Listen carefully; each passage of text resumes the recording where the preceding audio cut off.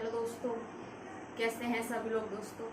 दोस्तों आज का क्लास हमारा DEd SC IDD first year से रहेगा।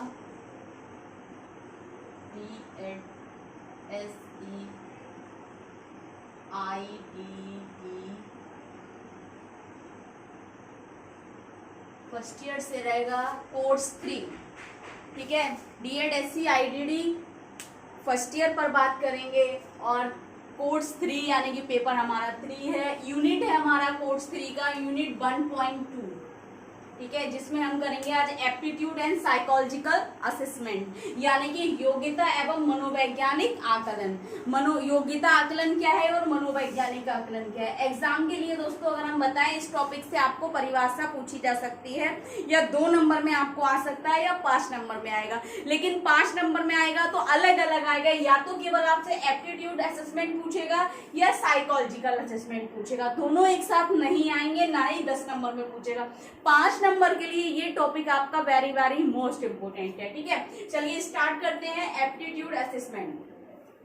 एप्टीट्यूड असेसमेंट क्या है दोस्तों? योग्यता आकलन। एप्टीट्यूड का मतलब है जैसे कि योग्यता असेसमेंट का मतलब है आपका आकलन। अब योग्यता से मतलब क्या है दोस्तों? योग्यता किसी व्यक्ति की संज्ञानात्मक क्षमता से या किसी व्यक्ति के कार्यगत क्षमता से, क्रियात्मक क्षमता से, या हम कह सकते हैं उसकी सोच, विचार, तर्क वितर्क, चिंतन, उन सभी योग्यताओं का होना एक योग्यता है। ठीक है, एक क्षमताओं का होना योग्यता है। तो हम क्या करेंगे एप्टीट्यूड असेसमेंट में? हम किसी व्यक्ति के ज्ञान को, ठीक है, उसकी क्षमताओं को जांचते हैं या परीक्षा करते हैं या आंकते हैं। ठीक है, अब देखिए दोस्तों क्या है योग्यता आकलन। योग्यता आकलन एक छात्र की संज्ञानात्मक क्षमता या व्यक्तित्व को निर्धारित करने के लिए उपयोग किए जाने वाला आकलन।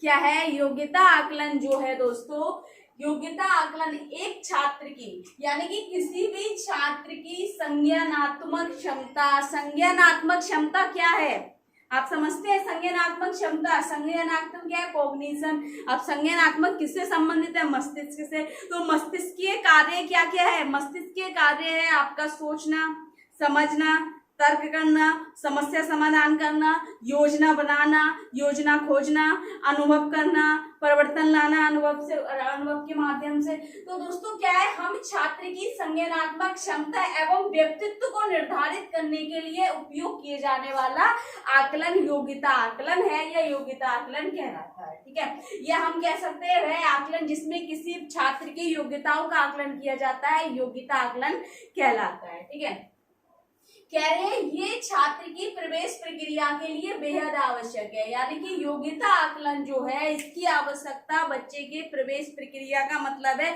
जब किसी विद्यालय में, किसी शैक्षिक संस्थान में जब छात्र प्रवेश लेता है तो उसके लिए बेहद आवश्यक है। यानी कि सबसे पहले हम उसका योग्यता का आकलन करते हैं, क्योंकि इसका उपयोग किसी छात्र के भविष्य और शैक्षणिक क्रियाओं की भूमिका में सफलता की संभावना का अनुमान लगाने के लिए किया जाता है। मतलब किस लिए किया जाता है? छात्र के भविष्य में कितनी उपलब्धि प्राप्त कर पाएगा बच्चा। ठीक है, उसकी शैक्षणिक क्रियाओं की क्या भूमिका रहेगी और उसकी सफलता होने के संभावना का अनुमान लगाया जा सकता है योग्यता आकलन के माध्यम से। ठीक है, कह रहे हैं योग्यता आकलन में छात्र की योग्यता अमूर्त रूप से सोचना, योजना बनाना, समस्याओं को हल करना, जटिल विचारों को समझने की क्षमता का आकलन किया जाता है। यानी कि योग्यता आकलन में क्या करते हैं? छात्र की योग्यता का, जैसे कि क्या छात्र अमूर्त रूप से सोच सकता है,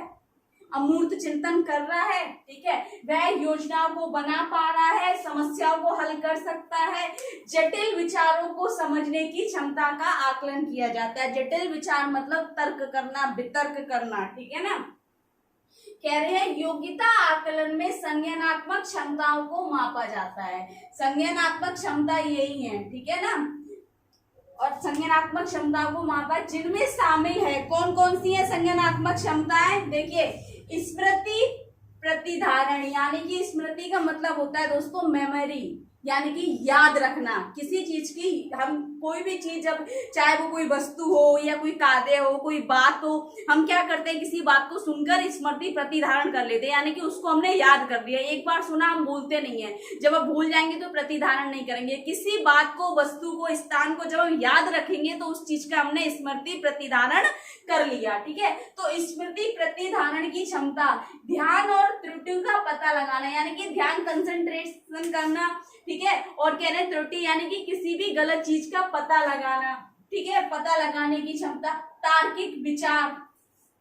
ठीक है, मौखिक तर्क, संज्ञानात्मक तर्क, ये सभी क्या है दोस्तों, संज्ञानात्मक क्षमताएं हैं। इन सभी क्षमताओं का आकलन किया जाता है योग्यता आकलन में। ठीक है, फिर कह रहे हैं इस तरह के आकलन में जटिल समस्याओं को हल करने या नया ज्ञान प्राप्त करने के लिए संज्ञानात्मक कौशल का उपयोग करने के लिए छात्र की क्षमता का आकलन करने के लिए डिजाइन किए गए हैं। यानी कि ये आकलन क्या है, छात्र क्या नया ज्ञान प्राप्त करने के लिए, उसके संज्ञानात्मक कौशलों का उपयोग करने के लिए, छात्र की क्षमता का आकलन करने के लिए ये आकलन जो है डिजाइन किया गया है। योग्यता आकलन में आमतौर पर इस्तेमाल किए जाने वाले एप्टीट्यूड असेसमेंट जो निम्नलिखित है, यानी कि हम कह सकते हैं किस प्रकार से हम उनके संज्ञानात्मक योग्यताओं का आकलन करेंगे, संज्ञानात्मक क्षमताओं का आकलन करेंगे। तो कुछ ऐसे परीक्षण हैं या हम असेसमेंट टूलों का यूज करते हैं या कुछ परीक्षणों का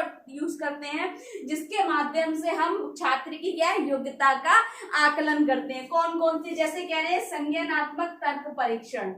ठीक है, दूसरा कह रहे हैं मौखिक आकलन, मौखिक क्षमता परीक्षण, स्थानिक तर्क परीक्षण, डिडक्टिव रीजनिंग परीक्षण, आज्ञानात्मक तर्क परीक्षण। ठीक है, मेमोरी रिटेंशन टेस्ट, ध्यान त्रुटि जांच परीक्षण। ये सभी परीक्षणों के माध्यम से हम किसी छात्र का योग्यता आकलन कर सकते हैं, उसकी संज्ञानात्मक क्षमताओं का आकलन कर सकते हैं। ठीक है, अब हमारा साइकोलॉजिकल असेसमेंट क्या कहता है, यानी कि मनोवैज्ञानिक असेसमेंट क्या है दोस्तों। देखिए, मनोवैज्ञानिक आकलन में छात्र के व्यवहारों एवं अनुभवों और क्रियात्मक निष्पादन का आकलन किया जाता है। किसका आकलन किया जाता है साइकोलॉजिकल असेसमेंट में मनोविज्ञान में छात्र के व्यवहारों का, यानी कि छात्र जो अपने व्यवहारों को प्रदर्शित करता है उन व्यवहारों का आकलन किया जाएगा। उसने जिस कार्य को किया है, जो सीखा है, उसके अनुभवों का आकलन होगा। क्रियात्मक निष्पादन का आकलन होगा, यानी कि जो बच्चा परफॉर्मेंस दे रहा है अपनी क्रियात्मक निष्पादन का आकलन होगा। ठीक है, तो दोस्तों कह रहे हैं मनोवैज्ञानिक आकलन एक उद्देश्य की पूर्ति करता है, यानी कि किस उद्देश्य की पूर्ति करता है, जो मनोवैज्ञानिक निदान और मार्गदर्शन उपचार पर पहुंचने के लिए छात्र के व्यवहार को मापने और निरीक्षण करने के लिए परीक्षणों और अन्य आकलन उपकरणों का प्रयोग करते हैं।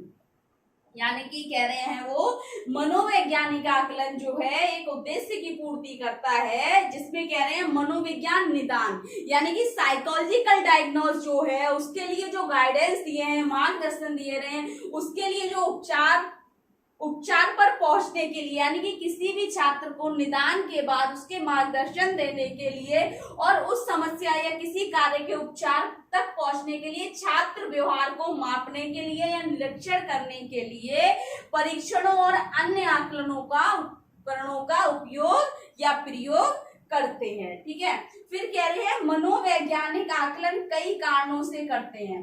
क्यों किया जाता है मनोवैज्ञानिक आकलन, जैसे कि कह रहे हैं वो एग्जाम्पल दे रहे हैं, जिन बच्चों को स्कूल में कठिनाई का सामना करना पड़ता है, यानी कि कुछ बच्चों को सीखने में समस्या होती है। ठीक है, एग्जाम्पल के तौर पर हम कह सकते हैं हमारे विशेष आवश्यकता वाले बच्चे, जैसे कि लर्निंग डिसेबल्ड, यानी कि जिनको अधिगम अक्षमता जिनको होती है, तो उनको विद्यालय में और बच्चों के साथ देखा जाए तो उनके प्रति क्या है, उनको सीखने में थोड़ा समय लगता है। ठीक है, तो कहीं ना कहीं उन बच्चों के साथ हम साइकोलॉजिकल असेसमेंट करते हैं जिनको कक्षा में एक साथ चलने में, एक साथ शिक्षा ग्रहण करने में, एक ही पाठ्यक्रम से पढ़ने में समस्या होती है, चाहे वो बात करने में हो या शैक्षणिक कार्य में हो या सामाजिक कौशलों में। ठीक है, कह रहे हैं सीखने की अक्षमता के लिए योग्यता परीक्षण या परीक्षणों से गुजरना पड़ सकता है। ठीक है, कह रहे हैं यह आकलन निपुणता, प्रतिक्रिया, समय और स्मृति जैसे कौशलों के लिए परीक्षण एक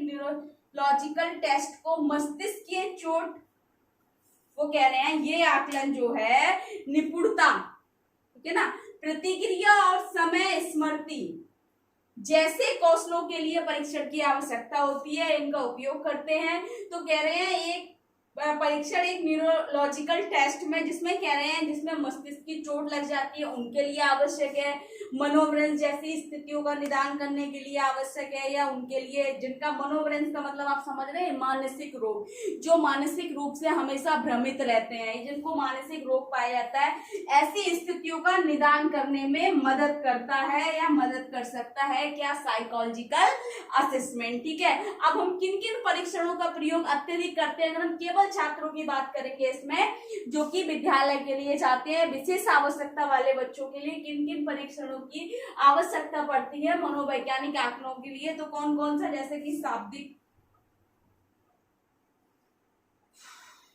शाब्दिक आकलन, ठीक है, अशाब्दिक आकलन, ठीक है, दूसरा आ गया आपका शाब्दिक और अशाब्दिक आकलन, ठीक है, फिर आ जाएगा आपका क्रियात्मक आकलन।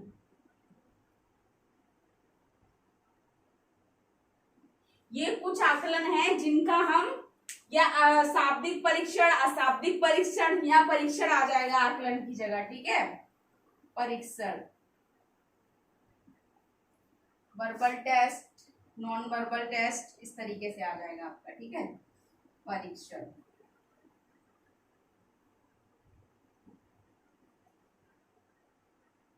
शाब्दिक अशाब्दिक परीक्षण, ठीक है, परीक्षण, ठीक। तो इन परीक्षणों के माध्यम से हम मनोवैज्ञानिक आकलन करते हैं, यानी कि विशेष तौर पर बेसिक तौर पर अगर देखा जाए तो जो विद्यालय में हम यूज करते हैं छात्रों का निदान करने के लिए या उनका आकलन करने के लिए, तो verbal test, non verbal test, ठीक है, वर्बल और नॉन वर्बल टेस्ट या क्रियात्मक यानी कि हमारा परफॉर्मेंस टेस्ट करते हैं, ठीक है। इन सभी परीक्षणों के माध्यम से हम छात्र का मनोवैज्ञानिक आकलन करते हैं, ठीक है। अगर हम बात करें कि विशेष, अगर जैसे कि इसमें बताया गया कि मस्तिष्क के चोट, तो ये अलग जो हमारे स्पेशलिस्ट होते हैं, इंस्ट्रक्टर्स होते हैं या डॉक्टर्स होते हैं, साइकोलॉजिस्ट होते हैं, वे अपने अलग टेस्ट यूज करते हैं, लेकिन एक विशेष शिक्षक जो हमारे विद्यालय में बेसिक तौर से यूज होता है तो ये सारे टेस्ट यूज करते हैं, ठीक है। तो ये थे हमारे असेसमेंट, यानी कि आपका एप्टीट्यूड असेसमेंट और साइकोलॉजिकल असेसमेंट। तो दोस्तों आपका अगर इसमें कुछ समझ नहीं आ रहा है, कुछ डाउट लग रहा है तो आप पूछ सकते हैं। बाकी की एक बात और, अगर आप आपने मेरा नंबर ऐड किया है दोस्तों, तो अगर मैं आपको कोई भी लिंक भेजती हूँ तो ऐसा नहीं है कि मैं फर्स्ट ईयर को अलग भेजूंगी, सेकेंड ईयर को अलग सेंड करूंगी, तो कोई बात नहीं। अगर आपका अभी फर्स्ट ईयर है आपका, तो सेकेंड ईयर के लिए तो काम आएंगे वो नोटिफिकेशन। तो आप ऐसा बोलते हैं कि मैं फर्स्ट ईयर का स्टूडेंट हूँ, तो मैं वहां पर आपको ये नहीं देखूंगी कौन सा फर्स्ट ईयर का है, आपको ऐड कर रखा है एक ही बार में, एक ब्रॉडकास्ट में, तो आपको एक ही साथ ही लिंक मिलेगा, ठीक है ना, एक ही साथ नोटिफिकेशन मिलेगा, फर्स्ट ईयर और सेकेंड ईयर का दोनों का ही आएगा, जो आपके लिए यूजेबल है आप उसको देख सकते हैं, ठीक है ना। और आपका ऐसा नहीं है कि फर्स्ट ईयर की आपकी प्रिपरेशन नहीं होगी, बहुत सारे क्वेश्चंस है कि मैम फर्स्ट ईयर की प्रिपरेशन नहीं हो रही है, फर्स्ट ईयर की क्लास नहीं हो रही है, अभी सेकंड ईयर के एग्जाम चल रहे हैं, तो सेकंड ईयर के लिए ज्यादा अभी कंसंट्रेट करना पड़ रहा है, क्योंकि उनके एग्जाम का टाइम बहुत कम रह गया है, तो उनकी प्रिपरेशन करानी ज्यादा जरूरी है। बाकी आपका जो सिलेबस रहता है उसको भी पूरा करेंगे और साथ साथ आपकी भी क्लासेस प्रोवाइड की जाएगी। बाकी इसके अलावा अगर आपका कोई क्वेश्चन है, कुछ पूछना है, कुछ डाउट लग रहा है, तो कमेंट बॉक्स में जाके कमेंट करें, ज्यादा से ज्यादा वीडियो लाइक करें, चैनल को सब्सक्राइब करें, बेल आइकन को प्रेस करें, ताकि नेक्स्ट आने वाला क्लास आप तक पहुंचता रहे। दोस्तों थैंक यू सो मच।